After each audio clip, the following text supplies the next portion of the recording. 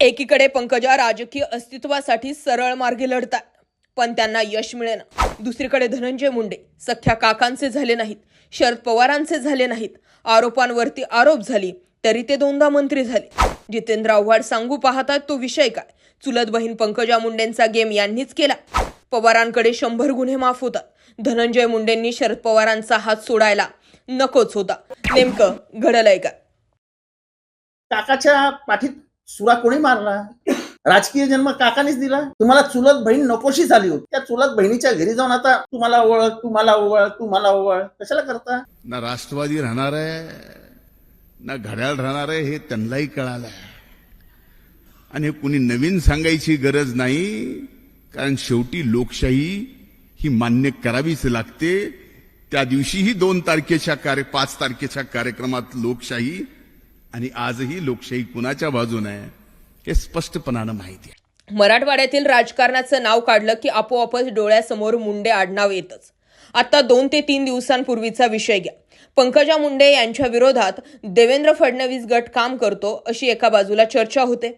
आणि 2 ते 3 दिवसांपासून जे घडतंय ते असं की एकीकडे देवेंद्र फडणवीस पंकजा मुंडेंच्या गाडीतून प्रवास करतात, दोघं एकत्र असतात. दुसरी गोष्ट म्हणजे एकाच व्यासपीठावर शेजारची खुर्ची पंकजा मुंडे जे आहेत ते देवेंद्र फडणवीसांची घेतात.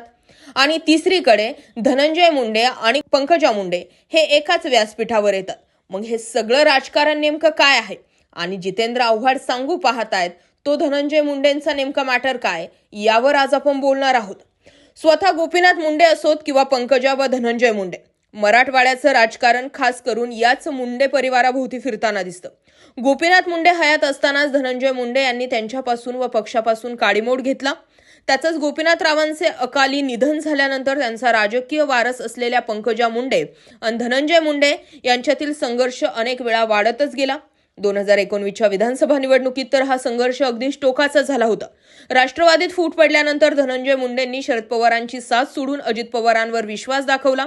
जे सख्या काकांचे झाले नाहीत ते शरद पवारांचे काय होणार अशी चर्चा त्यावेळी राज्यात रंगली. परंतु तुम्हाला प्रश्न पडला असेल, धनंजय मुंडे आता का चर्चेत आहेत? त्याचं उत्तर असं की नुकतंच अजितदादा गटाचे कर्जतला चिंतन शिबिर झाले. त्यात आमदार जितेंद्र आव्हाड यांच्यावर धनंजय मुंडेंसह अन्य नेत्यांनी टीका केली. त्याला प्रत्युत्तर देताना जितेंद्र आव्हाडांनीही धनंजय मुंडेंवरती गंभीर आरोप केलेत. त्याचाच आढावा आपण पुढील काही मिनिटात घेणार आहोत. अजित पवार गटाच्या 2 दिवसीय शिबिरातून अजित पवारांसह सर्व नेत्यांनी शरद पवार गट आणि जितेंद्र आव्हाड यांच्यावर टीका केली. धनंजय मुंडे यांनी आव्हाड यांच्यावर अनेक खोचक शब्दांमध्ये टीका केली आणि याच टीकेमध्ये बऱ्याचशा जुन्या गोष्टी ज्या आहेत त्या पुढे निघून आलेल्या आहेत. भाजपचे शहराध्यक्ष भगीरथ बियानी यांनी घरी रिव्हॉल्व्हरमधून डोक्यात गोळी झाडून आत्महत्या केली. ही घटना 11 ऑक्टोबर 2022 मध्ये घडली होती. आत्महत्येमागे नेमकं कारण काय होतं ते समजू शकलं नाही, तरी या घटनेनं राजकीय आणि सामाजिक क्षेत्रामध्ये खळबळ उडाली होती. दरम्यान भगीरथ गंगाभिषण बियानी हे अनेक वर्षांपासून भाजपमध्ये कार्यरत होते. आणि दुसरीकडे जितेंद्र आव्हाडांनी पंकजा मुंडेंवरूनही धनंजय मुंडे यांना धारेवर धरलेलं आहे. ज्या काकांनी राजकारणात आणलं त्याच काकांना यांनी हयात असतानाच दुःख दिलं व आता देखील पंकजा मुंडेंचं राजकारण संपवण्यामध्ये धनंजय मुंडेंचा मोठा हात असल्याचा आरोप आव्हाडांनी केला. एकीकडे यांना सख्खी चुलत बहीण चालत नाही आणि दुसरीकडे रक्षाबंधनला त्याच बहिणीकडून ओवाळून घेत नाटकं करायचं हे कुठलं बंधुप्रेम असा सवालही आव्हाडांनी उपस्थित केला. आता जरा धनंजय मुंडे यांच्या भूतकाळाबद्दल बोलूयात. बीडमधील स्थानिक निवडणुका या मुंडे परिवाराच्या भोवतीच घुटमळताना दिसतात. गोपीनाथ मुंडे हयात असतानाच त्यांचे पुतणे धनंजय मुंडे राज्याच्या राजकारणात सक्रिय झाले, तेव्हा बीडमधला गोपीनाथ मुंडेंचा वारसदार म्हणून धनंजय मुंडे यांच्याकडेच पाहिलं जात होतं. परंतु ते काय पुढे जाऊन घडू शकलेलं नाही. 2014 मध्ये झालेल्या विधानसभा निवडणुकीत परळीमधून पंकजा मुंडे विरुद्ध धनंजय मुंडे अशी लढत झाली. त्यामध्ये पंकजा यांनी बाजी मारली. त्यानंतर 2019च्या निवडणुकीतही पंकजा मुंडे विरुद्ध धनंजय मुंडे असाच परळीतून सामना रंगला. यावेळी काका पुतण्या असा सुरू झालेल्या संघर्षाचे रूपांतर भाऊ बहीण असं झालं. यावेळी धनंजय मुंडे यांनीच बाजी मारली होती. आणि आत्ताच जर लेटेस्ट स्टेटस आपण जाणून घेतलं तर पंकजा मुंडे यांच्याकडे खास असं कुठलंही पद नाहीये. त्या राजकारणामध्ये म्हणावे अशा सक्रिय सुद्धा नाहीयेत. पण एकंदरीतच काय तर धनंजय मुंडे हे वाटते तेवढे सोपे नक्कीच नाहीये. कारण त्यांना आता यावेळी पंकजा मुंडे व शरद पवार या 2 आघाड्यांवरती लढा द्यायचा आहे.